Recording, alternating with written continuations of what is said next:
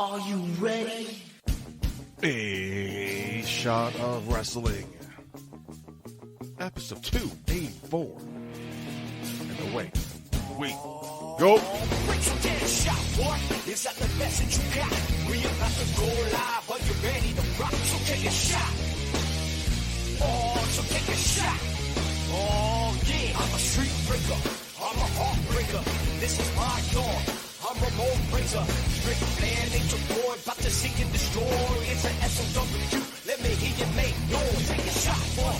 Is that the best that you got? We about to go live. Are you ready to rock? So take a shot.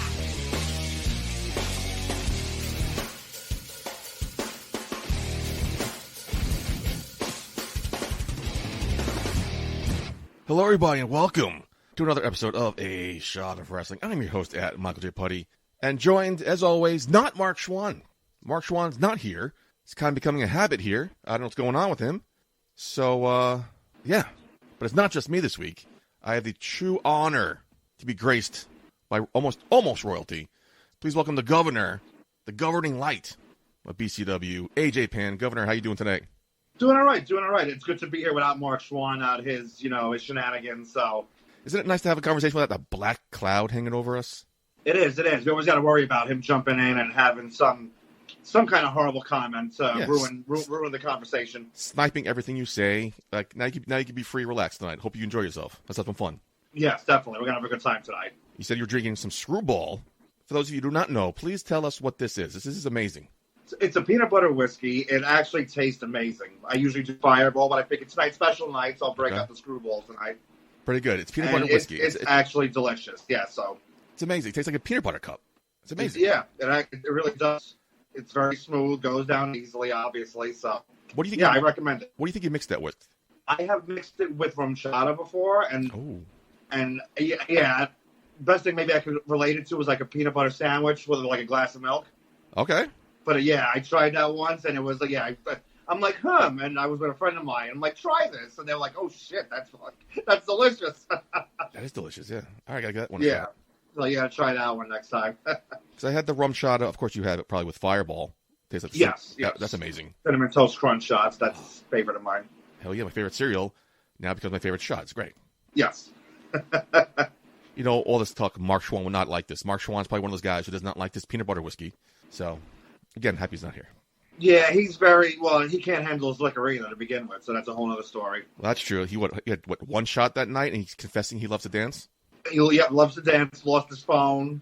I think it cost him like $150 to get home. Yeah, it was a mess. Can't hang. That guy can't hang, man. No, he can't. He can't make it. He can't all night long. Yeah. Now, for the past couple months, you've been calling yourself, as many people have adopted you, your guiding light. I am your guiding light. He needs the light. He needs to embrace it. But one day, especially now that he's going to become a dad. He needs to follow his light. But now I've noticed you're now calling yourself the governing light. Is that the new moniker? Is it still guiding light still a thing, or is it just for BCW? Okay. I figured it's a good, because I am still, I have the power, the governorship. So, but I want to help people, and like I mentioned, the PCA is on the back burner right now. We've had a little time, just some personal issues during the summer, but right now I'm just concentrating on the Church of Pan. So whoever I can help, I want to, and that's where in BCW I will be your governing light. And it's just a great moment on the show. You mentioned it just a couple minutes ago. Mark Schwann's going to be a father. And that's a big, huge announcement made on the show. But I just thought it was so hilarious. For those of you who weren't there, Mark Schwann casually announced he's going to have a baby during Governor's Court, where I took him to court because he owes me some money over reneging on a bet. And me and you, I just saw you in the video chat. We both looked at each other, and we thought the same thing. He's bullshitting us. So we just blow right by it as if just like a pity thing. Right. And then halfway, towards the end of the show, he goes, let's revisit this. Wait a minute, were you serious? And then it turns out he was. It was just funny. We both thought he was bullshitting us. That's how little we think of Mark Schwann, apparently. Yeah, was that at work? Like, wait a minute, you just threw that out so casually. Like, yeah, no build, no nothing, just so casual. I'm like, okay. Yeah, it's like, oh yeah, I'm gonna be like, okay, he's just trying to get some sympathy out of this. Yeah. Like, all right. And then, wait, what? That's not like him to say something like that. So. No, right? It was funny. We both thought. Yeah. So yeah, in all seriousness, yeah, definitely, very happy for him and his wife. So yeah, best to them on that. Everything else I can't stand them on, but. Oh God. Especially all these headshots he's posting. You always comment how like smug he looks. This look on his face. He has the same look. Yeah. Yeah. Whenever I'm angry or I need to work out some. I look at that picture and one of his headshots, and I get to be in a mood to give somebody a smack. Like I said, Mark Schwann, that was a huge announcement, but also you made recently a huge announcement regarding the BCW Tag Team Championships coming Queen of the North, January 21st. So for those, I guess, handful of people who have not seen it, please, Governor, the floor is yours. Tell us what's going on for the Tag Team Championships. And of course, Mark Schwann has to complain about that too. I think I gave a marquee match for that. Yep. It's going to be the East Coast Syndicate, Chris Barton, Dominic De Niro, the BCW World Tag Team Champions. They will be defending against Blonde Force Trauma, which consists of Ray Lynn and Heather Monroe. Fantastic team. Nice. Ray Lynn was in. I inducted her into the PCA at Queen of the North too. And there is an interview up, where I promised I'd make things right for her. So I figured this is a perfect time, Why not kill two birds with one stone? Great. Help her out and, give them a tag team championship match and give the East Coast Syndicate a great challenge. Great challenge. This is their first title defense, I believe, is it? It is. So, I think it's a great match. Hell yeah. And, of course, Mark Schwann, you need loopholes, you find something. I'm giving them the best match that they possibly can. That's getting them so many eyes on the East Coast Syndicate. Yep. I think I'm doing a great thing, and they're complaining, and there's never any respect for the governor. But like, you're the governor, you make matches. Like, what's the loophole? I don't know what the loophole he was talking about. Like, you have competition. Yeah, like just because I'm friends with Ray, because I've worked with her in the past, it doesn't negate the fact that it's a marquee match. That's a fantastic match. The fans, as we've seen, it's been retweeted a lot of times. There's a lot of interest in that. Another team, I don't know if whoever we might have named might not have gotten the same amount of press. So I think I did a great thing for everybody involved. I think you did too, Governor. I think a lot of people did, as you just mentioned. Don't listen to Mark Schwann. Yeah, that's how they always see an ulterior motive with me. And no, I'm just trying to help everybody find their light. Yeah, and you're doing a great job. Thank you. I appreciate it. Praise be. Yes. Is there any other big announcements coming up and down in the pipeline? Anything you can give us a little tease on? There's a lot going on. I don't know if I could probably, we are going to have another Queen of the Monsters match. I could probably say that. Okay. So along with, all the championships being defended, there will be another Queen of the Monsters match. We should be able to announce that hopefully next week. But okay. I've seen the competitors who will be in it, and it's going to be an insane match. I'm looking forward to that.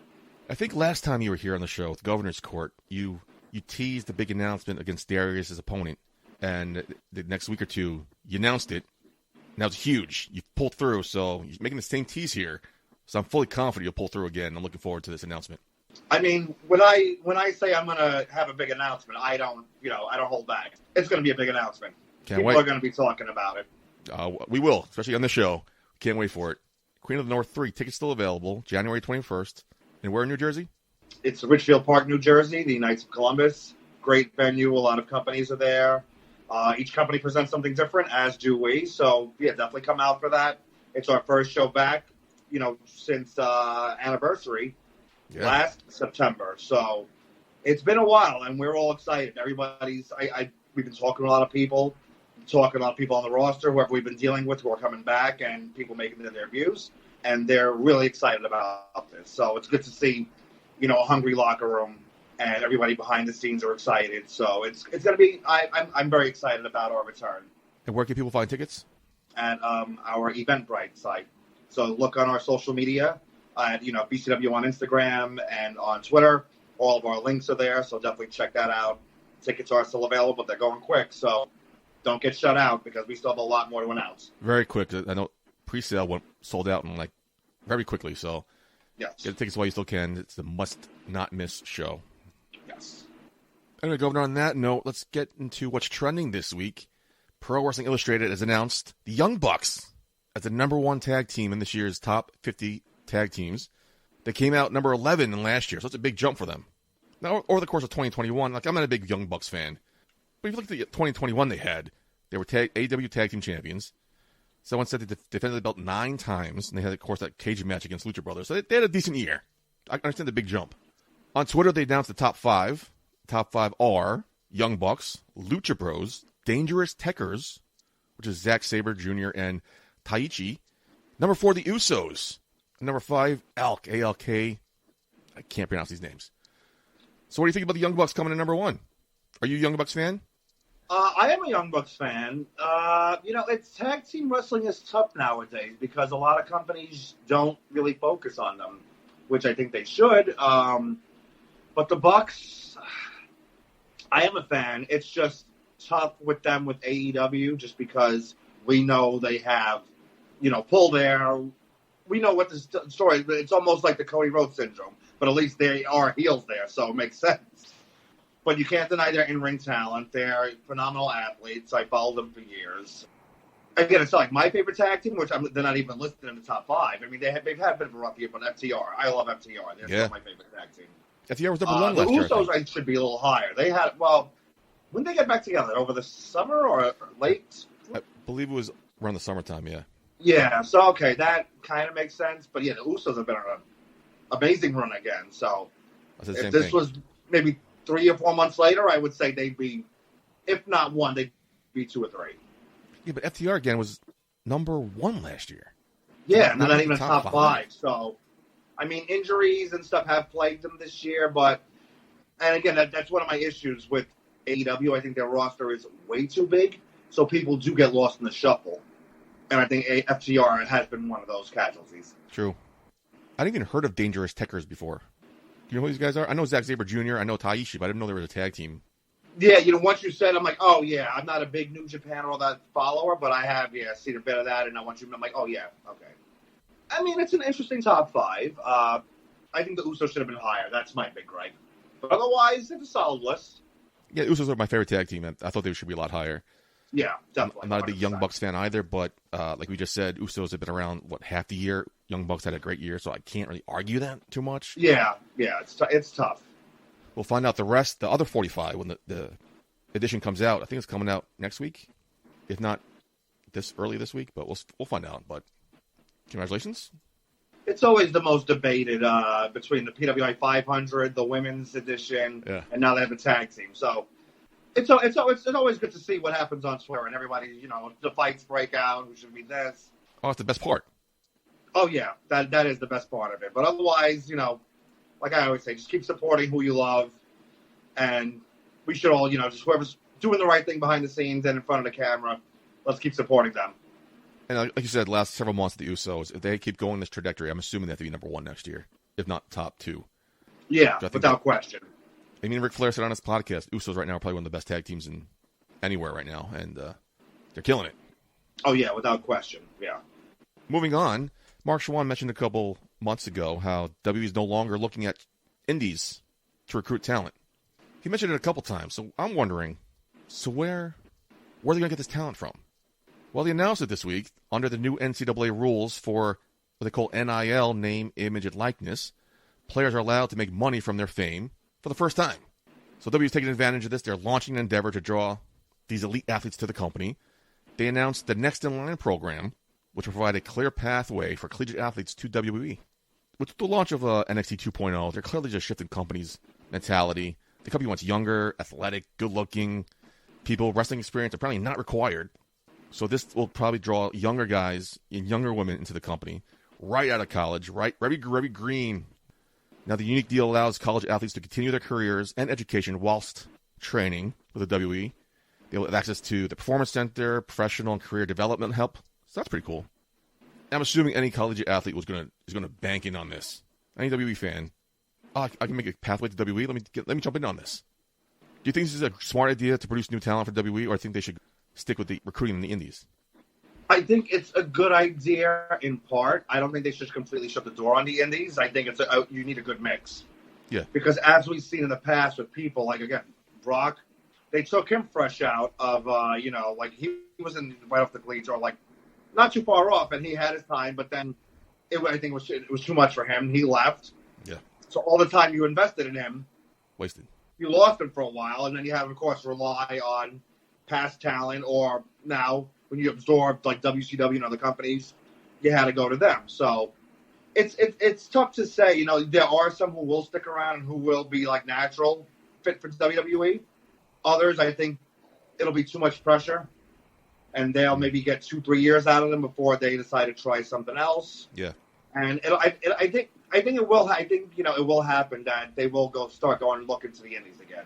Eventually, because that's where you have. I mean, do they have to? No. And who knows?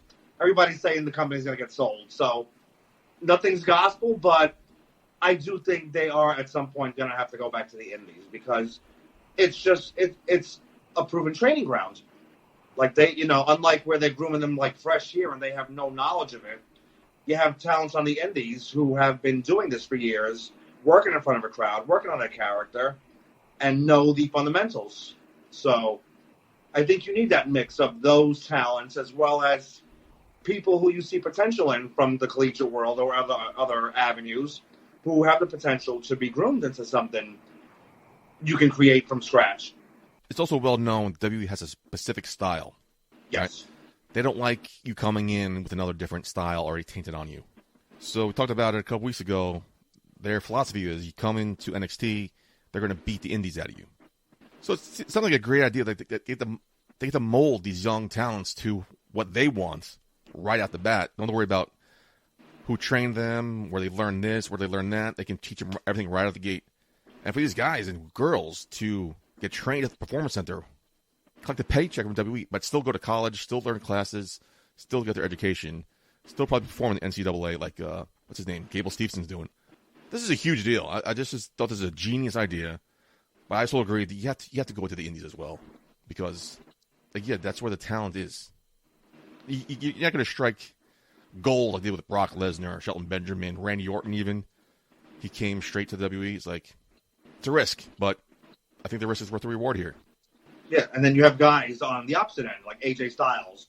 And, yeah, exactly, Yeah, like Johnny Gargano, people who have been tried and true on the indies, and Bryan Danielson, who, not in the company anymore, but he did great things for WWE. So you have people like that, CM Punk, that did wonders for WWE, who maybe in a different time, too, prior to, everything that went on, with the Monday Night Wars, might not have gotten a shot. But now they did, and they became the biggest things for WWE. So true. Yeah. So you need that mix. That's my opinion. You need the homegrown talent, but you also have to take from the indies because there are plenty of talent right now too. There's a ton of talented men and women who deserve a shot. They shouldn't be shut out because they want to go. They want to apply their craft and learn it. Yeah, that makes no sense now. They have all these talented people in these Darius Carter, Vicious Vicky, Vanity, East Coast Syndicate, of course, Recon. And now you're shutting the door to these people. So not only are you shutting the door to them, but now these young, hungry talent have one less option on the table for them. Oh, yeah, it's crazy, yeah. So you have so much talent on the indies, and you're going to oh, no, we don't want you because you're from the indies? You're going to leave money on the table? Get out. I don't know. So what's for them to do? Like, do they sign with the Impact? Do they sign with AEW in hopes WWE snags them? Like, it just doesn't make any sense. But I respect this new, getting these young guys right out of the gate to mold them the way you want them to. It should be interesting. I'm looking forward to how this progresses and any new stars develop from this. It definitely has potential. I'm interested to see the first couple and see what they do with them. But, it's an interesting time for pro wrestling in general. So, because you also heard, like, during the OVW, that's what they did in OVW days. Like, they brought in, like, Batista, for example, no wrestling experience. Yes. I think John Cena didn't have any wrestling experience either. That whole class, basically. But that whole OVW class. Oh, yeah. Lightning in a bottle. Ridiculous. Yeah. If you want to try to strike that again here, don't expect that. Because if you expect that's not going to happen. That was lightning in a bottle right there. That was amazing, man. Yeah. Cena, Batista, Lesnar, Benjamin. Yeah, Orton, that was an insane class. Moving on real quick. Roderick Strong is defending against our boy Joe Gacy this Sunday at War Games. Defending the Cruiserweight title, I should say. It is being reported that W is planning to retire the title with the current storyline of Joe Gacy challenging the Strong. He's weight shaming them. It's exclusive, so he wants to be an all-exclusive champion going forward. Now the rumors, if Gacy does win the title, it will become either a secondary title along the lines of the NXT North American Championship, or that either they're retired altogether, or this is just temporary and they'll bring it back later down the line. You think they should get rid of the Cruiserweight Championship? I think this is a stupid idea. I don't think they should get rid of it, but the storylines currently, if it's just a point for a little while, I think it's something different. Yeah. Like when I watched NXT earlier today, but when I heard about it, I'm like, wait, how is Joe Gacy competing for the Cruiserweight Championship? And I watched the segment, I'm like, okay, this is different. I don't mind this. I'm like, it's something different that hasn't been done in WWE for a while. I like when he had the challenges, Vinny Pacifico and the other two, and it demonstrated all the different, styles. One was a cruiserweight. Yep. It had a female, and had a larger competitor. That was well done. So, yeah, so I like that. He tried like, cruiserweight, it's too restrictive. I want a title that will be very body. Something different. So if it's a storyline point though for 2 or 3 months, I like it. But yeah, don't get rid of the cruiserweight title because that has so many great competitors, so many great athletes that are not really going to get the opportunity to shine because we all know, Vince loves the bigger guys. Yeah. It takes a lot for those smaller guys to get over, and there's a good division for them to do that. Plus, if you get rid of it, what's the point of 205 Live then? Yeah, isn't that the Cruiserweight show? Like, you guys are Cruiserweight to build. Haven't they gotten away from that though for a while now? Oh, a long time. Yeah, right. But at least 205 Live, you get these guys and girls, I guess, to wrestle, get some. It's on Peacock, so I guess, quote unquote TV time, and then from there they come up to NXT, and then you're like, oh, that's the guy from 205 Live. Okay. Yeah. But. Yeah, that's a whole nother episode, right? But yeah, when Joe Gacy, I think it was 2 weeks ago now, went face to face with Roderick Strong, and like, this is weight shaming. That one line, especially with Gacy's character currently, I thought that was a home run. Yes. And then Malcolm Bivens just waved I don't know, just a manager could do that. I thought, quote unquote, management has to do that. But I thought it was a genius. I'm loving the storyline here, and I'm hoping Gacy actually kind of does win. So I'm curious to see what happens. What he does. Yeah, I would like to see it. And of course, we know Joe, so yeah, it's definitely great to see a guy. And again, back to the Indies, he's doing such a great job, and we've known him for years, and he's come up, fantastic talent, and he's knocking it out of the park with this character, which you would never think. No, like how we've known Joe, and like, this, he's like, okay, they're doing this. Let's see how this goes, and he's just killing it with this. So it's great to see. It's also like not only is he killing this with this almost a cult-like leader, I guess you can call him. He was killing it for a while. Then all of a sudden they're pairing him with what they believe to be the next big thing, Harland. Yes. So now he's like this cult figure, but now he has for lack of better words, an acolyte or a follower. Yes. It's just killing it. It is, yeah. It's a great idea. Happy for Joe. I would like to see him win it on Sunday. Yeah. I would like to see where they could go with that storyline for a little while. I like Roderick Strong. I'm kind of digging Diamond Mine, but I think the storyline, I would love to see Joe Gacy doing this all-inclusive thing. Yes. But like you just said perfectly, don't get rid of it. Have Joe Gacy lose it and bring it back to a Cruiserweight division. Yes. We'll find out this Sunday at War Games, which I'm very excited about. But before we get to TV, Governor, hope you have some time to listen to this. We have an interview. Of course I do. Yeah, let's go for it. Green Man's interview this week is O'Shea Edwards. Now, after watching O'Shea Edwards in ROH and Outlaw Wrestling, we knew this is someone we wanted to get to know better. Me and Green Man were talking about it when we were watching him at Queen's Brewery. O'Shea was an open book, so let's hear what he has to say on this exclusive interview. Green Man, take it away.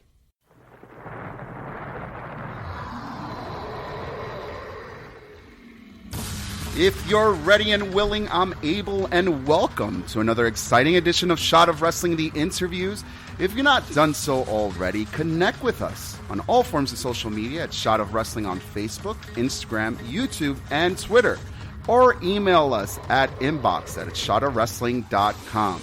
Now we say it time and time again that wrestling brings us together, and today is no different because today we are joined by the big, bad Kaiju O'Shea Edwards. Welcome to Shot of Wrestling. Man, that was the best intro I've had in a long time, my guy. That was awesome. I always wanted to be a ring announcer, and this is my opportunity to kind of show off what I got, you know? Yeah, man. I'm going to have to bring you on the road, man. It's like, get in. He does my intros from now on. Anytime, my man. Anytime. Oh, man. It's been a pleasure getting to know you. We got to meet you at Outlaw Wrestling at the Queen's Brewery. The tournament, unfortunately, did not go your way. mean, it is what it is. You know, everything can't be a home run. But you got into the ring with Homicide. You guys were battling for the Outlaw Championship to the very end.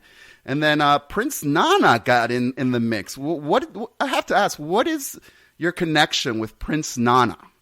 Hey, man, listen. I mean, to be fair, it's as simple as if I don't do it, someone else will. When it comes to wrestling, man, listen, you call me the Houston Astros of wrestling. Yeah, I'm gonna find a way. I'm gonna find a way to win. So you ain't gotta like it. You know, you don't have to approve of it. But then again, last time I checked, no one else is paying bills at my house but me. So I got to do what I got to do to get where I got to be. Championships give you more money. I completely understand. You know what I'm saying? So it's like, people aren't going to agree with my methods, and that's fine. When I woke up this morning, I realized, hey, man, I'm not going to gain the approval of all the people all the time. So might as well do things the way I want to do it. It may not be the quote-unquote way to do it, but, man, when it needs to be, it's effective. I really thought it was going to be effective. Unfortunately, like I said, it didn't go your way. But hopefully a match between you and Homicide for the strap is not too far away in the future. Man, like I said, when it happens, as you know, as I said, when it happens, it'll happen. And, by that time, it'll be a different story. Now, let's dig into a little bit of your past. If you've heard an interview with O'Shea Edwards, you know that this guy is an open book. You could hear about his past being a firefighter, a football player, his time in Ring of Honor. So you really are an open book and have opened up about any and various of these topics. But being a firefighter is not easy. So let's go back. What made you want to get into that field? Yeah, man. If we're going to be completely honest, it was either this or the Marines. So when I was about like 19 years old, man, I had an internship in Florida that kind of ran out. They offered me a full-time gig, but I didn't want to do it because I didn't want to stay in Florida. So I came back to Georgia, had some little 9-to-5s here and there, but I don't like living paycheck to paycheck. It's just not fun. I decided to know every 2 weeks, no matter what, boom, checks coming, I ain't got to sweat. And I wanted someone's going to take care of me. Take care of me and mine long after I'm gone. And so the issue became is either the Marines or the fire department. Interesting. My family came from both. So, there was no wrong answer. At the time, I went to go to the Marines first, and the recruiter there was like, hey, man, go talk to your parents. At the time, I was like, but I'm 19. I do what I want to do. He's like, yeah, because I get it, but you're going to want to talk to your parents. This is a big step. This is something, once you're in, you're in. He's like, just do me a favor, just talk to him and do that. So I talked to my dad. He was kind of like, hey, man, you got to do what you got to do. Mom, not so much. Mom was not too thrilled about me wanting to go to the Marines. At the time, we were also at war. So I'm like, as an adult, I'm like, okay, I get it. Sure. And once I explained my side of things, she understood why I was kind of leaning that way. But for her, she made a deal with me. She's like, hey, look, you've already applied for the fire department. You're already going through the process. In the instance that you don't get it within the fire department, she goes, then yes, then join the Marines. I wasn't really so much looking for their blessing or their approval, but my thing was, hey, I just want to let you know where my head's at. Right. And no matter what, I love my parents dearly, and I always want them to be like on board of like, hey, this is what I'm thinking, this is what I'm thinking about doing.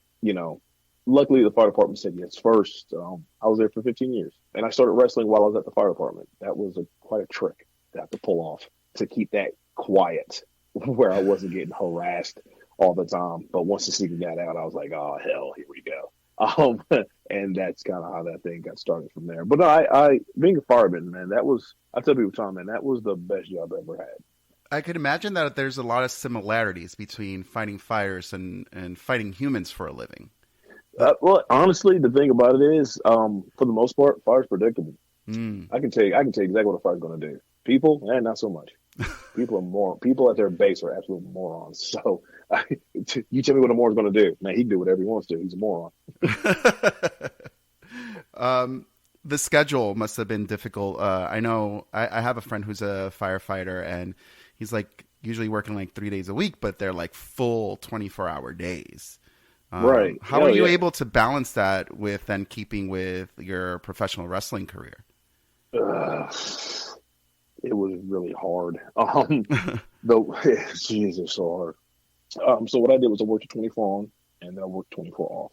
Well, 48 off. I'm sorry, but most firemen also worked second jobs, so I was working at another fire department. So I would work 24 hours at my first fire department. Then I go to the second job, work another 24 hours. I'd come home for 24 hours, and then I would turn around and work another 24 hours, and then I'd be off for 48.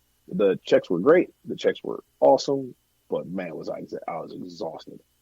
Then you tack on the fact that now I am training at least 3-4 days a week. Right. And then by the time I start taking on shows, I'm wrestling just about twice every single weekend. Needless to say, there were days where I was just absolutely wiped. But somehow I just made it work because it's something I wanted to do. And I realized I was really good at it. And usually when I'm really good at something, especially when I show a passion for something, I really just kind of hang in there and I find ways to make it work. And luckily it did. Guys found out, didn't give me a lot of guff about it, but even still, it was just one of those things that was like, ugh, here we go. They were still cool with it. It never really interfered. That time, like I said, the fire department was paying the bills, so that job always came first. But for the most part, I was in pretty good. In the past year, you've also come out as bisexual. Is this that confidence that you had to come out in that moment? And how have you been received by your peers, by your family members? Oh man, so it's actually been rather freeing actually. It was something I needed to do, but it's nothing that I'm overtly just like, what's the thing? Hey, a vegetarian, an atheist, and a CrossFitter all walk into a bar. How do I know? Because they wouldn't shut up about it. They just kept talking about it. For me, it was just like, man, it was always one of those things of those who know. Those who need to know, that was it. My family's been supportive, of course they would. There's no reason for them not to be. Mm-hmm. It doesn't change who I am. It doesn't change how they look at me. I'm still the same goofy guy who's kind of bouncing around, bouncing around Georgia. I'm the same goofy guy bouncing around Maryland, all that good stuff. So and then wrestling was the reason why I was able to find that type of confidence and support to kind of come out and just like, hey man, there's a lot of people looking at you. I didn't realize at the time the type of platform that I had. Like I said, I'm real humble. Sometimes it doesn't come off like it. But behind closed doors, I'm really humble. I'm still a fan. I'm still a student of the game. I love wrestling. Let me rephrase that. I love good wrestling. I love good wrestling. So for me, I'm always a fan. Like there's times I'm in the locker room with people who I think are just like above and beyond. I'm just like, yo, I'm in the locker room with so-and-so. Yo, I'm in the locker room with so-and-so. Oh, holy snap, so-and-so's talking to me. So-and-so's talking to me. To me, I'm still this little 8-year-old kid. It's like, yo, this is so freaking cool right now. Yeah. If I could tell myself 10 years ago, hey buddy, you're gonna share a locker with all these people, it's like, man, you're a liar. So, for me, it's just, wrestling has been the one thing that I can always be like, yo, man, I know if I ever need to like go out there and be myself, wrestling allowed me to do that. And because of it, like I've kind of been that with open arms. And if someone had something negative to say, man, they haven't said anything to me about it, which is probably the smartest thing they can do. Smart, very smart, because just the size of you is completely intimidating, man. You definitely set out to be a professional wrestler, but have you ever considered that, because of this platform, you're also a role model? Has anybody come to you for advice? Oh, man, more often than not. And once again, like I said, it still boggles my mind how people come up to me. It's insane. But I love it. I love talking wrestling. I love breaking wrestling down to that to that molecular, microscopic level of just like, hey man, this is what I'm looking at. And the only reason why I do that is because I had guys do it to me. Well, that matches at the time were my favorite match. I was so happy to have it. I was so happy to show it off. And then I've had people break it down, and then my favorite match is no longer my favorite match anymore. Like, oof, do not like this. Because now I see all the flaws and I'm like, ugh, this is not good. And so I'm like, show me your favorite match. I don't have one. Why? Because they're all horrible. And it's not so much where I don't like wrestling. No, I absolutely love wrestling. Wrestling is everything to me. I was like, but at the same time, I'm just like, I'm not going to bullshit you.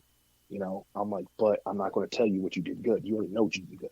You don't need me to tell you what you already know. You need to know something that you don't know.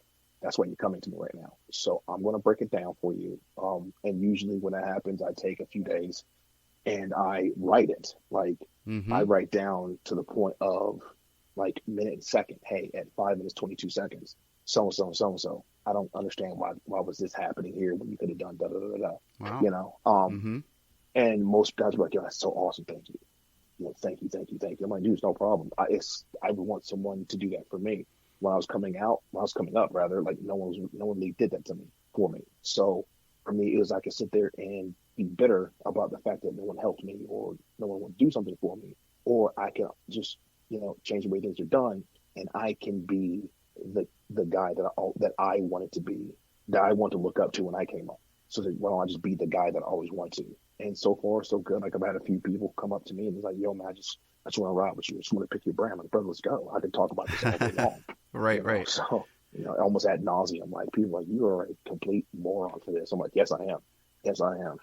I love that you mentioned how, things change knowing what it takes to be in the business, and it changes the way you look at what your favorite matches were. I remember maybe like 2 years ago, I resaw the WrestleMania with Macho Man versus Hogan, and I was so invested in the storyline. The Mega Powers colliding finally at WrestleMania. It's huge.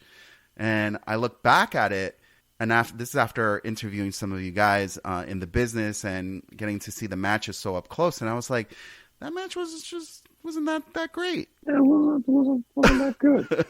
And honestly, though, there's a lot of matches like that from a technical standpoint. But to me at the time, it doesn't matter. Like, I can forgive so much stuff just if you get me involved. Money in the Bank in Chicago. CM Punk and John Cena, was it the most technical match in the world? God no. It was awful.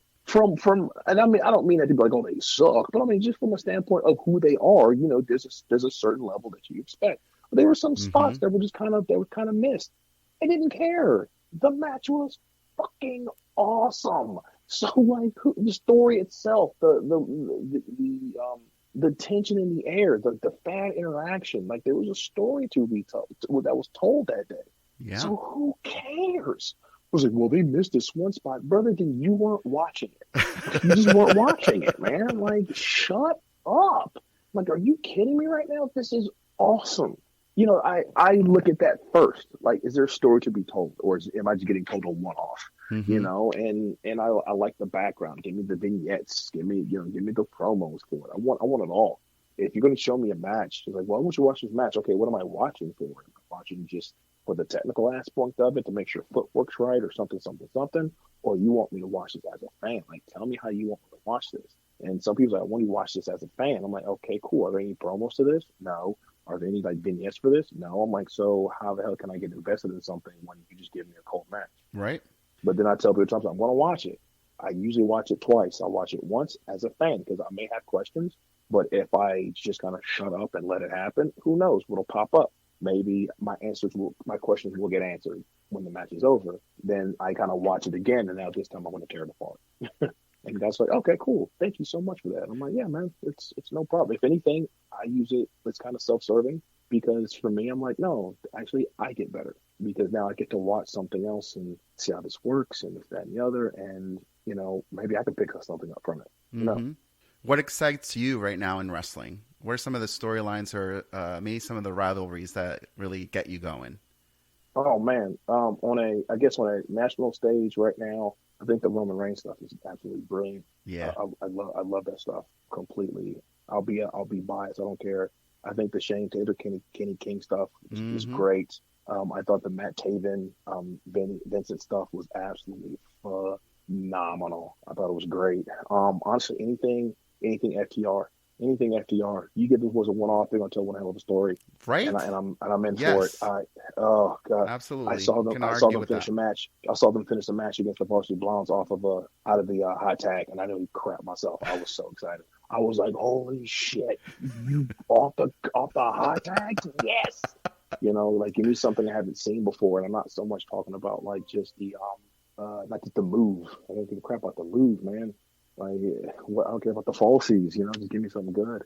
I go back and watched Tommaso Ciampa and Gargano. I thought their stories were great. I love the way that thing was spread out over so long. Like, longer stories I get so invested in. I think they're absolutely phenomenal. I think they're great. I do too. And they say that, wrestling fans may not have the long attention span.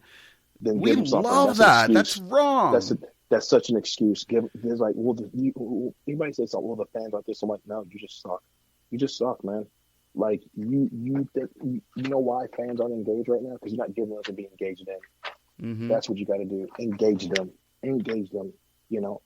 You know, one of the things that I wish I found earlier in my wrestling fandom was independent wrestling. When did you find out about independent wrestling, and how did you get involved in it? Man, it was really the day that I found Ring of Honor. I found Ring of about like 2014, and I just lost my absolute mind. I was like, this is awesome, and I want everything to do with this. And then you start realizing too just how big that wrestling landscape is, and from there, I'm not gonna lie, from there, it just had its hooks in me, and I was just going deeper and deeper. Trying to find as much as I could. I already knew about Japan, but just to see what's local in my area, and then see what's in the regional area, then see what's international. It was awesome. It was amazing. I absolutely loved every single second of it. Yeah. I mean, you're doing things on a big stage. What has been the secret to your success? Because not everybody has the same success that you've had in your career. You're also starting a little later than most do. So how did you navigate the waters to get you where you are today? Well, the one thing people don't understand is that the optimal word about professional wrestling is professional. That's the optimal word. That's the one word most people kind of forget about, professional. By the time that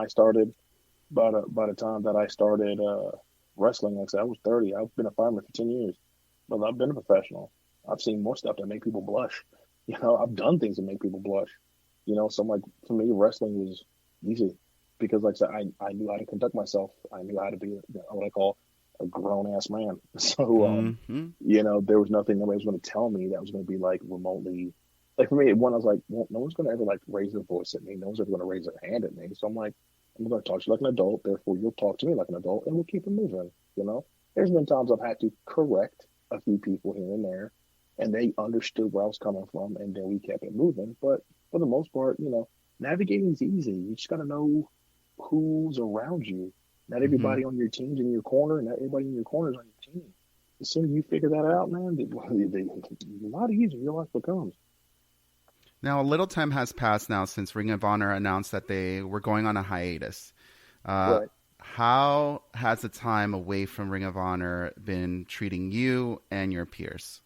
I can't speak for everyone else, but for me, there's a slight hiccup where I was like, oh man, emotionally, man, this sucks. That really blows. But it didn't. One monkey doesn't stop any show, man. Like I never abandoned the Indies. I stayed on the Indies even with Ring of Honor. Mm-hmm. I was on the Indies before Ring of Honor. I was on the Indies during Ring of Honor. I'll be on the Indies as well after Ring of Honor. So like I'm not going to stop wrestling. It's what I want to do. Now it sucks that because like that's one of the things where I was really championing hard to be a part of that roster. I wanted to be one of their guys. Right. To me, that was my level of success. So it kind of sucks when it was one of those things of, well, you want us, but we kind of don't want you. So that kind of sucked. That was kind of that was a blow to the old sack. But I mean, at the same time, I'm like, all right, it's you let yourself have it. You kind of just feel it, and then you realize, okay, this is business. Every time someone tells you no, it's just an opportunity for someone else to tell you yes. So why would this be any different? In a current storyline, in one of the big promotions, where would you insert O'Shea Edwards? Didn't see that one coming. Oh man. Honestly, if I could like book my own thing, man. Really, it would be. I would love to wrestle Wardlow. I would love to create a program with Wardlow. That'd be fun. No, screw it, man. Give me Wardlow and Powerhouse Osborne. Let's just have a shit. Let's have a three-way hoss fight. Let's go get it, boys. Stuff like that, man. It's the one thing you just don't see a lot of nowadays. It's just, let's give him an 8-minute hoss sprint, man. Let's do something. We can go too. It ain't gotta be pretty. We're over 250, boys. Nothing about this is gonna be pretty. It's a train wreck. You don't watch a train wreck for style points. You want to see people get hurt. So that in my mind, like that's kind of the thing. Whatever I would like to do. I want to fight some of the best in the world, and I want to fight the ones who consider themselves the baddest. I'm like, all right, man, let's see how bad it is. Who's on that list of people that you want to wrestle next? Yeah, it's quite a list, man. It's quite a list. Josh Alexander's on that list. Daniel Garcia is on that list. Kenny King's on that list. I want Dragon Lee on that list. Yeah. Yeah. Jacob Fatu is definitely on that list. Hammerstone's on that list. Alex Kane is back on that list. I want to wrestle Rich Swann. I want to wrestle Moose. I want to wrestle Chris Bay. There's a lot of cats, man. I want to wrestle the best. If you consider yourself the best, that's a list of the best. Yeah, you're on my list, man. Because anybody can always call themselves the best. But then for me, I'm like, all right, cool, prove it. We started the show by saying wrestling brings us together, and we're very gracious for the time that you've given us today. Who in the business do you consider a friend or a mentor?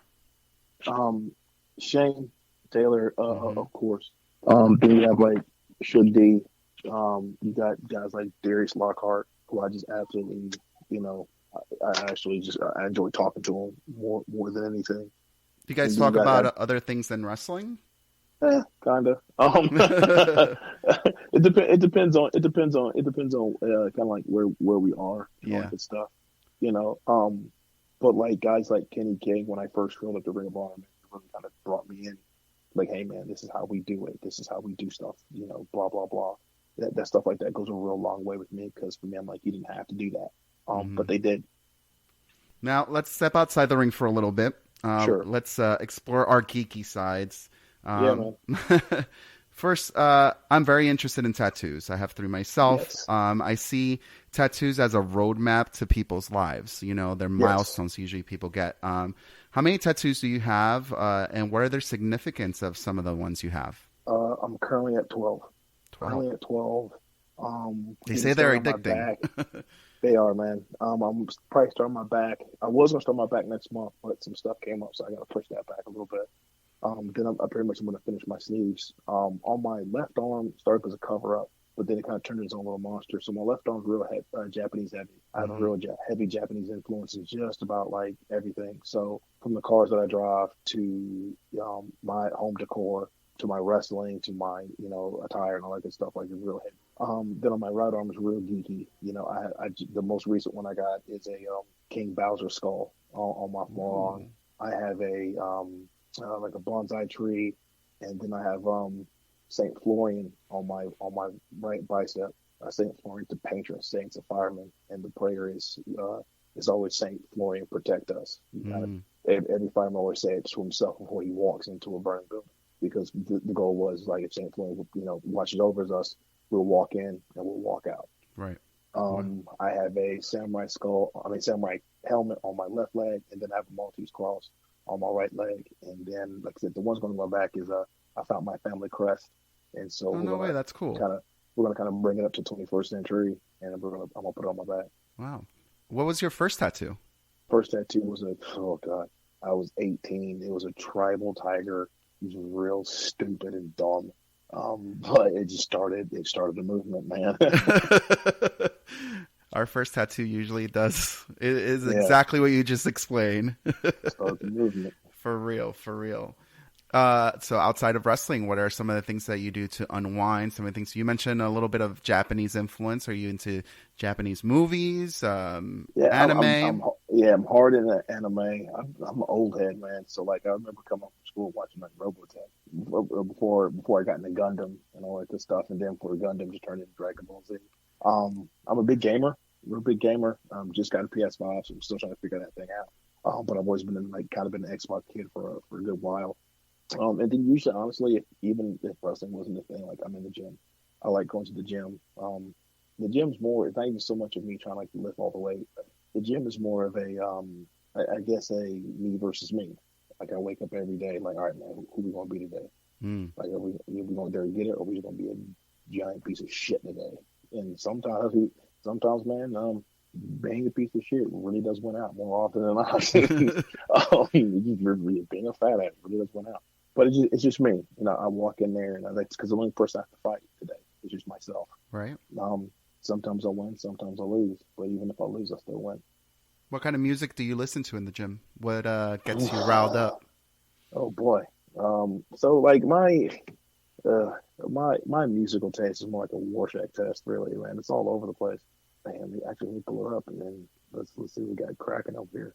So, like on my Spotify, it's like, it's Meek Mill, the Drake, Diplomats, Rick Ross, Jeezy, 2 Chainz, House of Pain, Linkin Park, Nas, like Big Jay-Z, Kendrick Lamar, Deftones, My Chemical Romance, Alien Ant Farm, Whoa. Perry Moore, big Busta Rhymes fan. So like, Clips, Outkast, Nelly.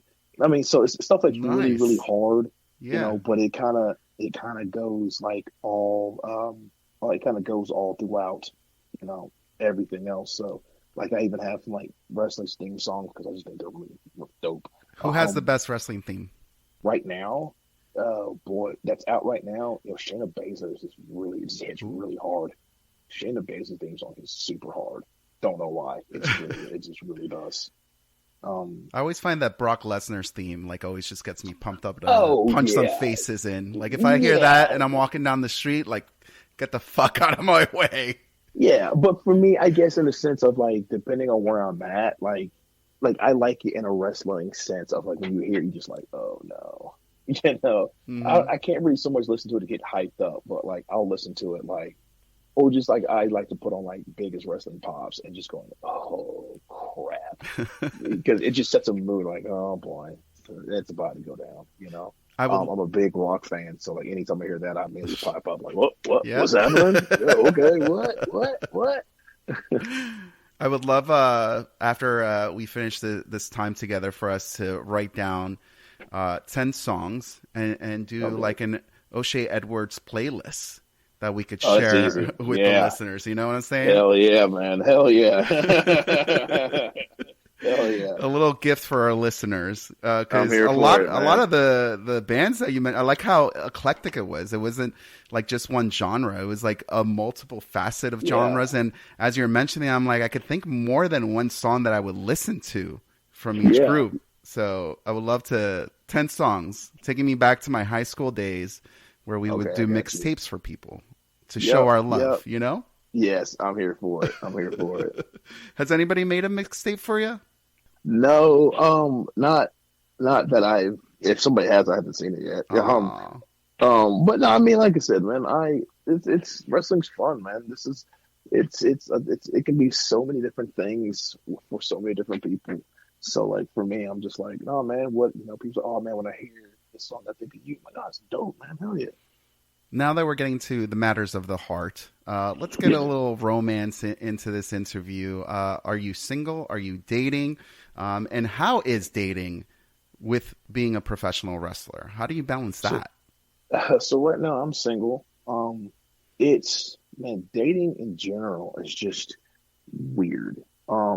Dating in your 30s is weird. So it's just one of those things where I just honestly, even though I'm single, I tell people all the time, I was like, look, I don't know what I'm looking for, but when I find it, I'll know what it is. And a lot of dates that I kind of hit right now, I just don't have any like expectations out of people. I don't really try to, I'm just trying to go out, have a good time. I'm trying to go out and really just enjoy the moment, try to really just connect with people and just kind of go from there. And it kind of eliminates eliminates like a lot of the pressure and on both parties. And that way now we can just enjoy the time. That's just, honestly, which all I want to do is just enjoy the time. And that's it. And at the end of the night, hey, pleasure meeting you. And I go home. That's it. I'm just trying to go home. I just want to go home. I just want to hang out with my dog again. That's it. How's that dog doing? Beautiful dog. Dude, seen some pictures on the socials. Brother, he's just fat as ever. He's just so fat. But that's my guy though, man. It's your baby. That's my dude, man. He's my baby, man. Honestly, I can't wait to go home from the gym just to see that fat face. You mentioned you were in your 30s. I'm in. I just turned 40. Actually, I was going to say I'm in my 30s. I just turned 40.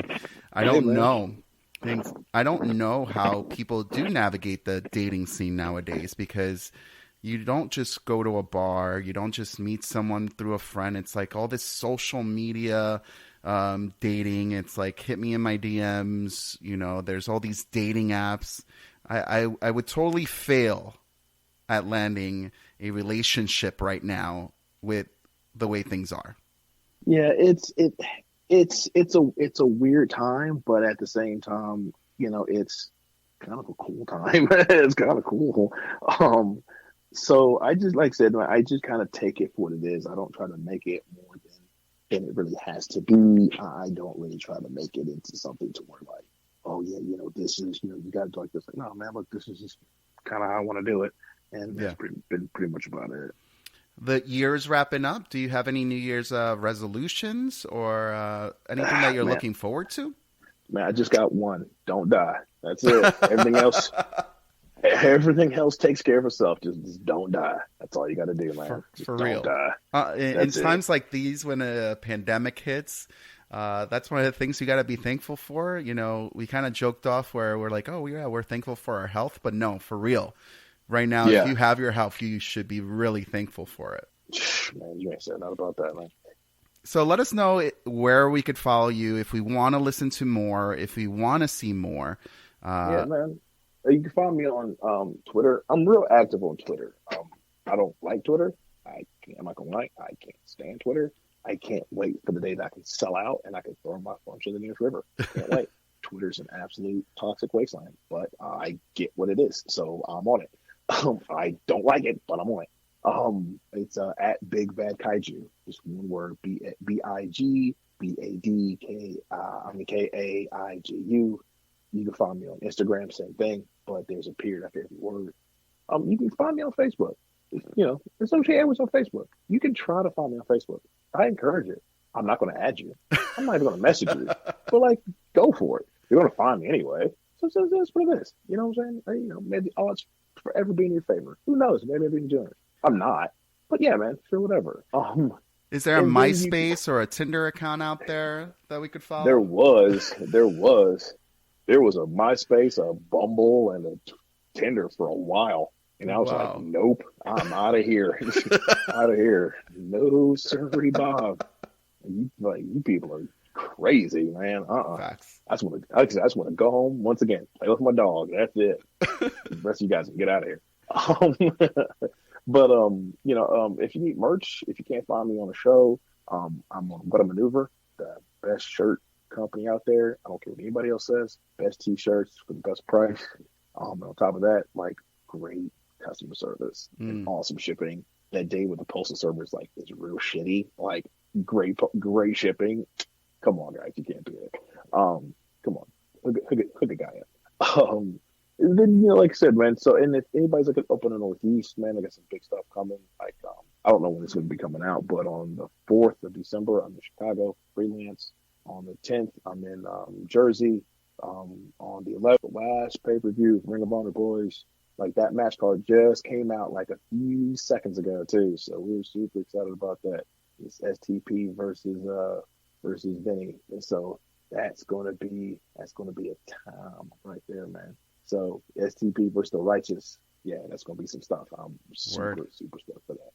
And then I'll be in Charlotte on that Sunday, and that kind of spells it for me for like the rest of the year. I'll be in LA the week after that. There's some things going on in LA. Maybe I'll be there. Maybe I won't. You never know. Some surprise dates. Yeah. We like us our surprises. Oh, yeah. Who doesn't like a surprise? Even if it's not a surprise, who doesn't like a surprise? Mm-hmm. And then that kind of ends up in the end of the year for me, man. So, you know, I started the year really strong and trying to end it even stronger.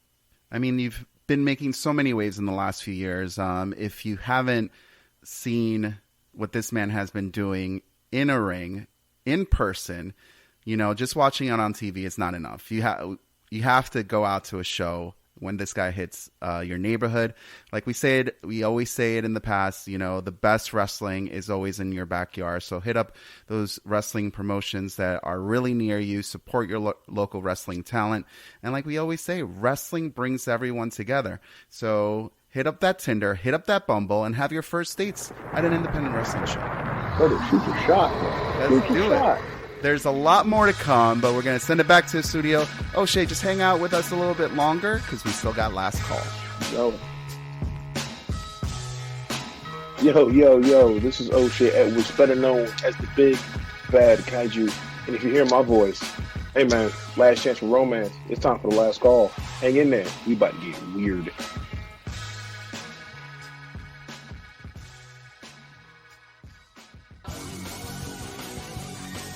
It's time for this week's TV Takedown.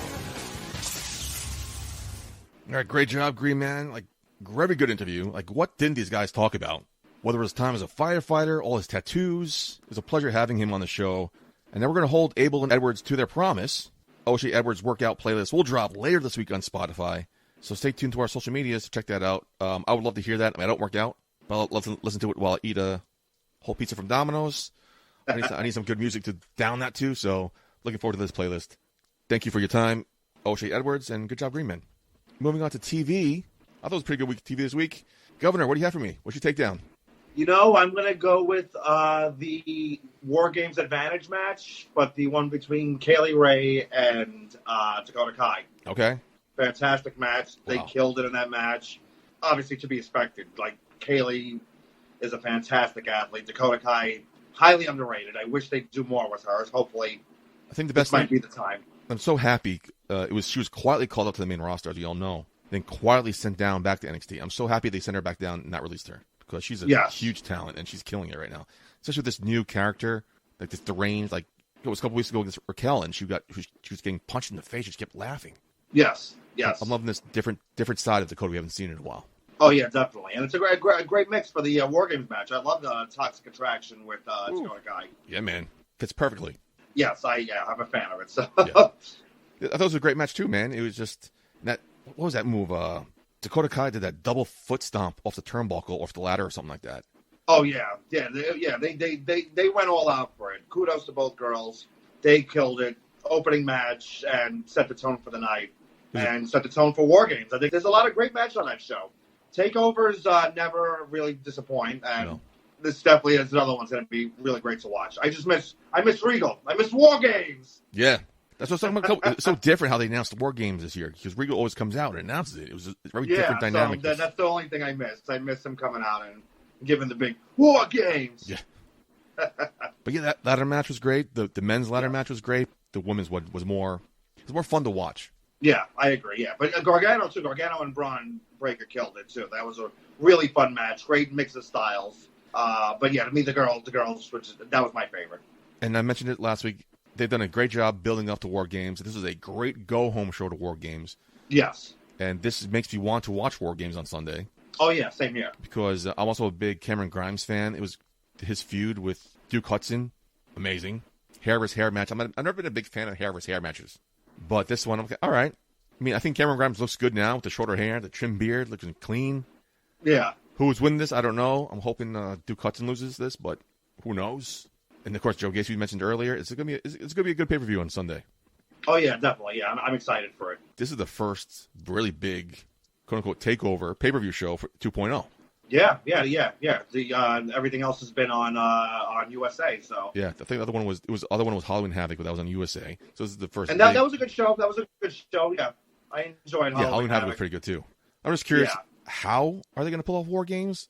Are they going to do it at the Performance Center? Because it doesn't seem like there's much room for two rings in that tiny ass arena unless they reformat it somehow. I'm curious. They'll probably reformat it. I'm curious how they're going to do that because then there's not that many seats. It's going to be it seems like it's going to be too small of an arena for War Games. But I don't think NXT 2.0 can sell out anything right these days. It's going to be interesting to see as well how they figure that out. And there's no tickets information, so I'm assuming it's going to be at the Performance Center. I just don't know how it's going to look on TV. That two huge rings, the huge cage, but small. 10 road arena. It's curious how it's going to come off on TV. Yeah. Breaking tonight, talking about early in the last segment, you made the big announcement about Marina Shafir, right? Yes. Darius Carter. Yes. For the BCW World Championship. Well, she also made her debut tonight on All Elite Wrestling. That's interesting. Could the BCW Championship go to the hands of an AEW roster member? That'd be huge. You never know. That's the great thing about wrestling. That's my vision. Yep. You're doing a great job. Been working on that, and who knows? But I can't wait for that match. Darius and Marina Shafir is going to be fantastic. I think that already has qualifies for a match of the year candidate. And I loved his match against Su Yung. I missed his match against Riley Shepard, but looking forward to this one. Yeah, this should be, definitely. This is going to be fantastic. Both matches were great, and he's had great here. When he faced Mercedes Martinez a couple of years back with BCW, that was another great match. Darius, he fires on all cylinders, and he loves these tests. I remember speaking to Darius during the summer, and I have some ideas, like who on the would you be interested in facing? And after I listened, I just seeing his face light up with certain people. It's good to see him excited about that. He's not a paper champion. He wants to go out and prove himself. He feels he needs to. Still, no matter what he says, he wants to prove the naysayers wrong and tell them, nope, I am the Darius Carter that I said I am. And you're going to have to respect me and put me on your shows, whether you like me or not, because I am a draw. I am the draw. Yep. Again, another big name WWE's missing out on, shutting the door to indies. So somebody will take notice soon. I'm surprised they haven't already. Yeah. Yeah, definitely. He wins championship wherever he goes. It's crazy. He's the belt collector of the indies, I guess. He is. Yeah, he deserves it. Well deserved. So going to my takedown, talked about it last week, how that great promo against CM Punk and MJF. Well, then this followed up this week with another great promo between Miz, the returning Miz, and Edge. Edge came out, returning Edge. We haven't seen him in a couple months, it seemed like. Since Crown Jewel. And everyone's saying it was going to be a Raw, new matchups, new rivalries. The Miz's name never was in the contention. I'm excited about this. I'm a big Miz fan. He came out with beautiful Maurice back as well. Now she's back with Miz. Is she back in the women's division? I'm curious to see what that comes about. But I'm excited about this. This is a great promo. Miz is always waving the flag for WWE outside when he's away. He made a point to mention that. Edge got real. He got real. And when Edge was hyping up his accolades from Tough Enough to this, to owning a house, beautiful family, to being a two-time Grand Slam winner. The Miz's face's reactions was just amazing. And these two together, I'm looking forward to this rivalry. I just hope this elevates Miz as more than a pesky, annoying character. Because with him and John Morrison the last several months, haven't been booked well, to say the least. No. So I hope this feud with Edge gives some more, I don't know if this is the right word, but legitimacy to the Miz. If you understand what I'm trying to say? No, I totally, yeah. Like it's a tough spot that he's in because they do position him enough to a point where you consider him a top tier guy, but then they do certain things and he looks like a mid carder, which he definitely is not. He should be in a main event position, and as he's carried the flag so many times. He's handled himself in main event angles, storylines, and matches. He's done it so well. He deserves to be there. And like the points he was making is true. When he takes time off, it's too better than WWE in other people's eyes to get legitimacy for the company. So I hated that his last title reign was a week. He deserved better than that. That sucked, man. I mean, good for Lashley, but I think Miz deserved much better than that. Talking about it on the show, when it happened, I agree with you because I'm a huge Miz fan since day one. And I felt like he should have had a longer title reign and maybe another lengthy title reign. But what I did appreciate about that 1 week, I think it was 2 week title reign, was nobody else could do that but The Miz. Like, he was the guy to do. Like, if you give anybody a championship for a week, it might hurt them when he loses it. Yeah. It kind of hurt The Miz here, in credibility-wise, but I think The Miz was the perfect catalyst to do that with, based on his position in the company. Oh, yeah. And Definitely. I just felt like he should be rewarded eventually for all the hard work he does. Because the fans hate him, of course, but also the fans respect that he's a great talker.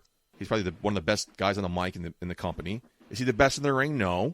But he's always does his best, and he's always there to do whatever. He makes the most of whatever he's given. I feel like he should do better, and hopefully this is kind of a way to clean the slate with him and make him more of a legitimate badass here. Not badass, but bad guy here. Not just a joke. Yeah, no, yeah, I always hated that too. But I mean, we'll see what happens. I think this definitely has the potential to be that feud to do that. And if the rumors are true, we heard Beth Phoenix is leaving NXT. Yeah.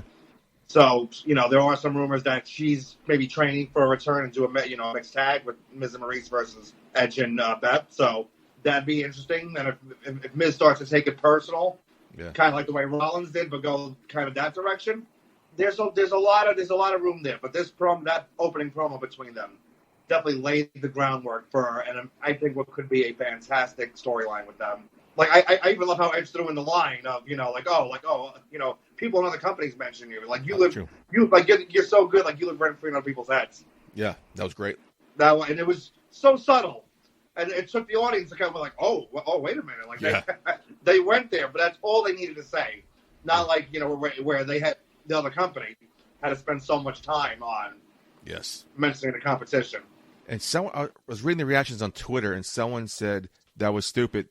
What he should have said was, "You're a more famous MJF," and I thought because nobody knows who MJF. No, that would be too stupid. That wouldn't make any sense. What he just said there was perfectly hit the nail on the head. And what I thought was hilarious was, did you see what WWE tweeted out? WWE tweeted out that clip, but on the caption was they edited it out on other shows. They're like, all right, it's okay. So I wasn't sure if that was scripted, maybe off script, whatever. But that was a great line by Edge.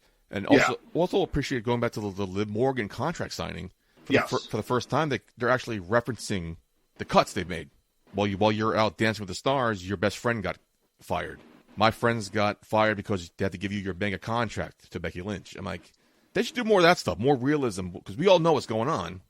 And I know they live in this universe, but we need more realism here. That's what people loved about the Attitude Era, sort of in the Ruthless Aggression Era, too. Mention the stuff that we all know, the elephant in the room, so to speak. Those two subtle references were hopefully a good start to this. Yeah, no, definitely they should do that. And it's weird how people forgot. Like, people just, mentioned, oh, why are they doing this? Like, oh, they're trying to do this, or, trying to be edgy like AEW. I'm like, Punk did that when he, right after the pipe bomb stuff. He mentioned when he brought up Cole Cabana, Luke Gallows. Yeah, exactly, yeah. So he mentioned, he referenced releases. So I think it's great to go back to that. But, other companies didn't start this. So, and if it's happening, why not take advantage of what's going on? Something that kind of bothered me, too, I don't know if it didn't really bother me, it was kind of annoying, was everyone was loving the CM Punk MJF promo last week. Us here on the show, too. I thought it was a great promo. I also loved the Edge Miz promo. Yes. Do we need to compare them? Can't they just stand alone as two promos? I was listening to wrestling Twitter, and everyone was comparing, this was better, that was better, this is better. I'm like, do we need to compare them? Why compare? It's like apples and oranges. I mean, I get this. I get the similarity. Of course, similarity was there. But can we just appreciate both as is? Why make one better than the other? Yeah, I don't want to. Yeah, I hate to make it sound like I'm so down on AEW, which I'm not. I want to see it succeed and do better, but it's the fan base to me, right? Like, now everything, it's weird. I saw people say, and even texted me. It's like, oh, the Edge and Miz promo copying off, CM Punk and MJF. I'm like, Miz has been doing stuff like that for years. Miz and John Cena heading to WrestleMania with the whole Maurice, and so that's nothing new for WWE or even Miz. Miz does these kind of things when it's a huge storyline feud for him. Yeah. So for them to it's the fan bases right now turning it into a bigger war than it actually is, and let's just enjoy that we're getting some quality on TV again with wrestling. Yeah. You had a good angle for, AEW, and you have one on something to enjoy finally on Raw. Let's enjoy. Let's be happy about that.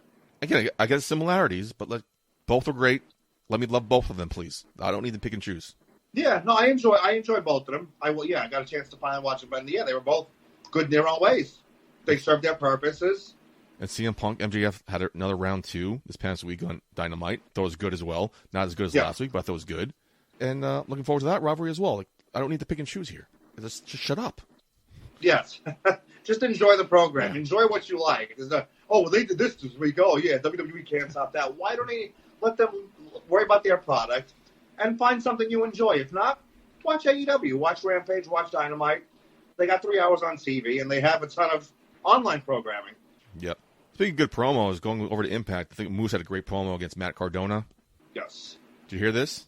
I caught a bit. I didn't get a chance to watch the whole thing, but I did catch clips on social media. He was kind of saying what a lot of people are thinking. Matt Cardona is, and the Matt Cardona character is kind of very Zack Ryder-esque, which people are kind of giving him shit for. A lot of people don't see Matt Cardona as being the guy, the main event. They always see him as a mid-card guy, which Moose referenced in a great line. He should change his name to Mid-Cardona. But it's good. Right now they're setting up, it's going to be Moose against Matt Cardona and now against W. Morrissey for the championship in January for Impact pay-per-view. Do you think Matt Cardona could be a main event player here, or is it just fodder for the Moose? He definitely has a potential. I love what he's doing with GCW. Oh, I man, love the that stuff he's doing there. He's killing in the indies. Let that come over to the national TV stuff. Yeah, they need to let him do more of that. It's Yeah. great. Like, when he took the pictures with the belt and dressed as Vince, ECW Vince, that was amazing. That was great. I popped huge for that. When he debuted, when he's doing the Moxley similarities, and it's him. Oh, that was great. It's good stuff. So if he can He has continue potential that, there. yes. So if they let him bring that to Impact, That'd be great. it's money. Moose referenced him calling himself on the indies the king of the death matches. Then he came out dressed as Macho King. Matt Cardona has a great mind for this business, and just give him a chance to shine. I think he could shut up the haters here. Oh yeah, not the right time. I think Moose is going to be champion for a while, so not the right time here, or maybe not just in Impact. But Matt Cardona could just let him go. He's, like you said, just killing it in GCW, killing it in the indies. I want to see more of that on the national TV scene. Yeah, I agree 100%. Well, that's all I got for TV. Governor, let's get some go-home thoughts. What do you have for me this week? Had a great time doing this with you today. It's great to be here without Mark Schwann interjecting and putting so much negative energy in our dynamic. Look how smooth the show went. Quick paced. It was great conversation back and forth. No interjections. Like you said, that negativity he's been bringing to the show for the last couple of weeks. Yes, it was great times. Good times. Nice fresh energy we had here. Thank you. I try. Yeah, we definitely. Yeah, if you want to get rid of him some weeks, give me a call. As long as I'm available, I'm more than happy to be with you. So anytime you're available, that means come on to the show because. Thank you. Also told him I've done many a podcast before. Look what happened with Green Man on this podcast. Once you have a baby comes around, not too many people have time Friday nights to talk bullshit about wrestling for a while. Not only do you have not time to talk about it, you have no time to watch wrestling. So when the baby comes around, I'm assuming we'll give you calls a lot more because I'm sure he has going to be daddy duty for a while. Yes. Or he might have more time because he's going to have to be on daddy duty, so he'll be home and yeah, you never know. But January 21st, Queen of the North 3. Get your tickets. Check out BCW's social medias for the link. You don't want to miss the show. Can't wait, Governor. It's going to be an amazing event. Looking forward to it. As we said, already announced Darius Carter defending against Marina Shafir. East Coast Syndicate defending against Blonde Force Trauma. I can tell you, as we see, Vanity is announced, so the BCW Women's Championship will be defended. Queen of the Monsters is returning. And this is the first time, I think we talked about it last time, it's the first time we're going to crown an actual Queen of the North without having to crown a women's champion at the same time. So we will have a true standalone Queen of the North at this event. So you said the tag team championship are going to be defended, the women's championship is going to be defended. But did you announce that knowing it's going to be, or do you announce that once you have an opponent lined up? Me and Anthony Cole, we did discuss that we knew we wanted for this event, we wanted every championship to be on the line. So, it's even though, it is Queen of the North and, we want it to be showcase, the women of the independent scene. Yeah. We also want to show that, intergender wrestling is becoming a big thing. Yes. And not only that, but it's not just about women's wrestling. It's about just who are the best athletes. Yeah. Many of the women on this event are just great athletes. They deserve. Darius and Marina Shafir. That match could rival many of the regular matches Darius has had against like a Darius versus Dan Mobb or Darius against Austin Theory. I think that has the potential to rival that. I think what all of your company is doing, something other companies aren't, is the intergender stuff. Like, you have a championship. It's not just a men's championship. Anybody can get it. I want us to kind of lean towards that more. I think me and Anthony Cole, we spoke about this on Instagram, and we did an Instagram live about this. And yeah, in 2022, when we're refocusing on certain things, and that I want it to be who is the best athlete to compete for the championship. It's a great not mentality. Not the Darius defending against the top 5 men. No, we want the best athletes. As we've seen, he's had great matches against Sue Young, Riley Shepard, Mercedes Martinez. It shouldn't be just a once-a-year thing. If they prove themselves in the ring, let them compete for the championship. But he can also compete against these big guys like Dan Moff, the veterans like Eric Jaden, the young up-and-coming guys like Sonny Kiss. Derek Carter is very adaptive, and he's probably one of the best champions on the indie scene right now. Yeah, he's definitely. Darius he's one of my favorites. In and out of the ring, he kills it for us at BCW. And again, he's had so many classic matches for us. Again, Austin Theory, that match is one of my favorites. Mine too. Grade. His anniversary. That was great. Him and Riley Shepard, we told that story for about a year to build up to that. That was a great build. Thank you. And yeah, just watching that, and when it finally happened at last year's Queen of the North, it was amazing to see it unfold. So yeah, I put Darius against anybody in the world. Him and Azrael, who I managed, and a great friend of mine. They had a great feud, great matches. I would love to see them go at it again. But yeah, it's going to be a great event. Vanity defends. We're discussing who she's going to defend against. There's a lot of controversy there. Really? As we've seen Riley Shepard, she doesn't feel she had a fair shot the last time at Anniversary. Ruthless Lala, she wants every championship. Okay. And there's other we've seen, already announced who don't have matches yet. Kennedy Copeland, Quinn McKay, the new Shimmer champion, Zoe Sky. So I saw that. That's awesome. Yeah, so we're pulling it out, and it's going to be interesting to see who's going to step up for that, who's going to be in Queen of the North, who's going to compete for the Queen of the Monsters. There's a lot still to be decided, and we're negotiating with a couple more people. So yeah, we watch out for the town announcements. I think the constituents of BCW and the members of the congregation, you'll be very, very excited about the rest of the announcements we have. Looking forward to discussing more as the time draws near. I found out I have an endoscopy on January 21st. I might have to change that because there's no way I'm going to your show and doing an endoscopy the same day. So I might have to change my endoscopy. Make sure I'm because I don't want to miss this show. No, yeah, it's not once a miss. Yeah, I think you can miss it by a day or two. Yeah, you mentioned Austin Theory a couple times. Something I forgot to mention on TV Takedown real quick was he's been paired up by Vince McMahon this past week. And I love having Vince on my TV. I think it's money. And now he's being paired with Austin Theory. The reports behind the scenes, whoever you can trust these days. Vince is high in Austin Theory. He sees him as a future champion. Now being paired together on TV for that one episode says a lot. I'm looking forward to what comes next for Austin Theory. Is it going to be an ongoing thing? Or is this going to be a launch pad into the future? I think 2022 might be the year of Austin Theory. I hope so, yeah. Followed, Austin on the independent scene, killing it in the ring, great work. And NXT, him and Gargano, the way family was just great television. One of the highlights of it, with Johnny Candice, and they knocked that out of the park. When he's done well with everything they've given him, like even Dexter kidnapping him, and then he comes back with a T-shirt and the shorts. He's on vacation, and they're like, "No, he kidnapped you. No, he treated me well. Gave me cereal, great stuff." So yeah, and he's handling himself well so far with Vince, which is tough to do. I love the selfie gimmick, and Vince just doesn't waste his time on anybody either. Like Vince wouldn't do that if it was just some random guy. Exactly. So there's something there that they see, and I hope it follows through. And looking forward to the future of Austin Theory, man. That was just one of those segments that weeds in and out through the show. Look at me when I'm talking to you. And then Austin Theory turned around for a second. He's like, "Damn, what did I just say?" This is great. I'm liking this. I'm hoping maybe there's more between them two together going forward. But we'll see that in the next couple weeks. But again, January 21st is Queen of the North 3. But before that, we have a pit stop. December 16th, Outlaw Wrestling at Queens Brewery in Ridgewood, Queens. The last couple of interviews we had Jaden Vallow and Encore Moore. Those two young talents will go face-to-face. Rich Swann against Dak Draper. The Ascension returns to Outlaw Wrestling. Orion Dove and my man Corporate Cass will hold a press conference. And in your main event, Homicide will have his first title defense against Rhino. This card is stacking up. Don't miss Outlaw Wrestling December 16th in Queens Brewery. Tickets still available, but not for long. Check them out. Indie Wrestling's blowing up these days. I hope this new Omicron variant doesn't halter things, because Indie Wrestling is now coming back. Indie Wrestling's back, man. I hope this doesn't dissuade it. Yeah, I hope not. Yeah, Independent Wrestling's doing great right now. I have a couple things coming up at Titan Championship Wrestling in January the 8th, in Bayview, New Jersey. Oh, yeah, Titan too, yeah. Have that coming up. Primetime Wrestling, January, I believe I shouldn't remember the date. I believe it's the 30th. Okay.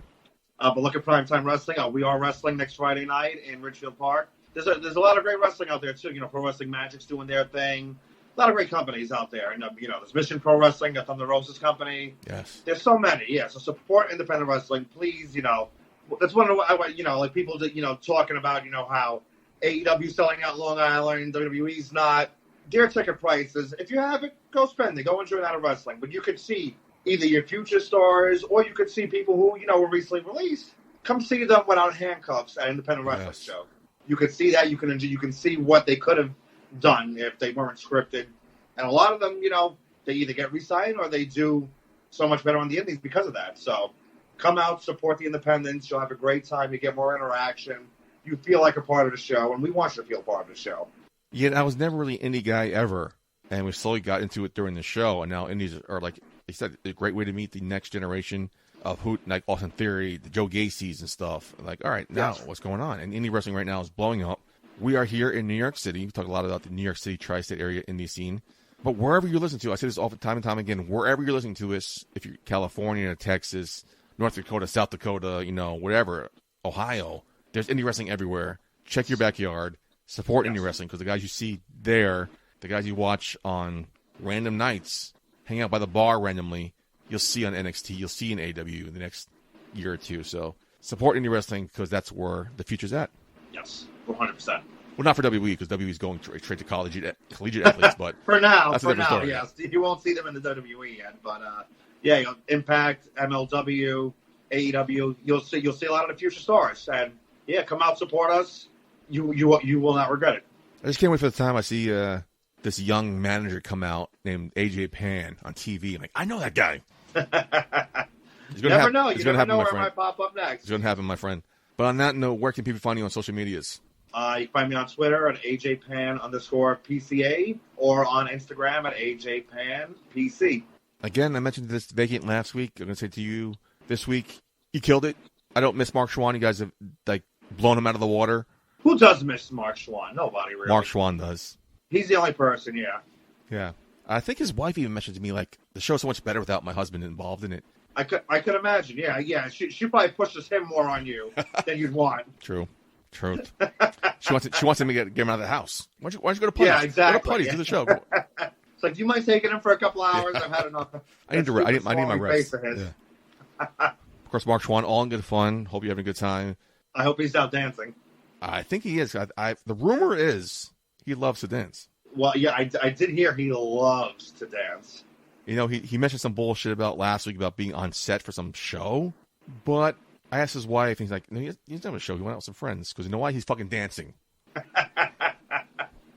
So, Mark, do what you got to do, buddy. Blow off some steam. If instead of doing the show, you want to go out and dance with your friends, go dance to your heart contents. When that baby comes, there ain't no dancing coming around. No more dancing. So get it out of your system now. But hopefully Mark Schwann come back sooner rather than later, because in the next couple of weeks, we are in December, Governor. And that means we are on the road to my favorite show of the year, our year-end awards, what I call the Putties. So, Mark Schwann, you got to come back for that, man, because if you're not here for that, no one's going to talk about AEW then. Come on, Schwann. Do the right thing. Yeah. Be a professional. Make some time, please. Do your job. Or it's going to be me and AJ Pan talking about, non-AEW stuff. Exactly, yeah. And just talking about how much he sucks. And... Yeah. Could be the first loser of the year, Mark Schwann, for not being here. There we go. Love it. Mark Schwann, God bless you, buddy. We know we're just kidding. So for AJ Pan, for Green Man, for O'Shea Edwards, I am your host at Mark J. Putty. Until next week, Putty out. Ladies and gentlemen, at this time I need to announce it's last call at the bar. Oh. All right, everybody. And just when you think you're done, they bring you back in. Thank you so much for hanging out with us all this episode. And we still have here with us O'Shea Edwards, ready for last call. O'Shea, this is how you do it. I ask you rapid fire questions. You tell me the first thing that comes to mind. Are you ready? All right. I'm ready, babe. Let's get it on. Let's do it. Then away we go. Other than wrestling, what is your favorite sport? Football. Who was your mark-out wrestler growing up? Matt Johnson. What is your favorite home-cooked meal? It's New York strip, home-cooked, dirty mashed potatoes, and either steamed green beans or asparagus. Shoot, I want to go to Thanksgiving at your house. We good where I'm from, man. What fictional character would you like to wrestle? Colossus. Who has been your toughest opponent? Should be. Whether professionally or personally, name one thing on your bucket list. Oh, snap. I want to go back to Japan. All right.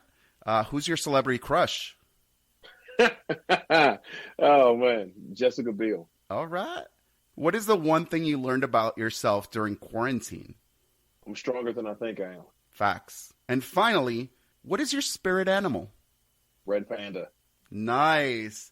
Thank you so much for joining us on this episode of Shot of Wrestling. O'Shea Edwards, it's been a pleasure, and I'm sure we're seeing a lot more of you very soon. No doubt, man. Thanks for having me. Hey, baby, I hear the bell ringing, hip tosses and body slams. Oh, my.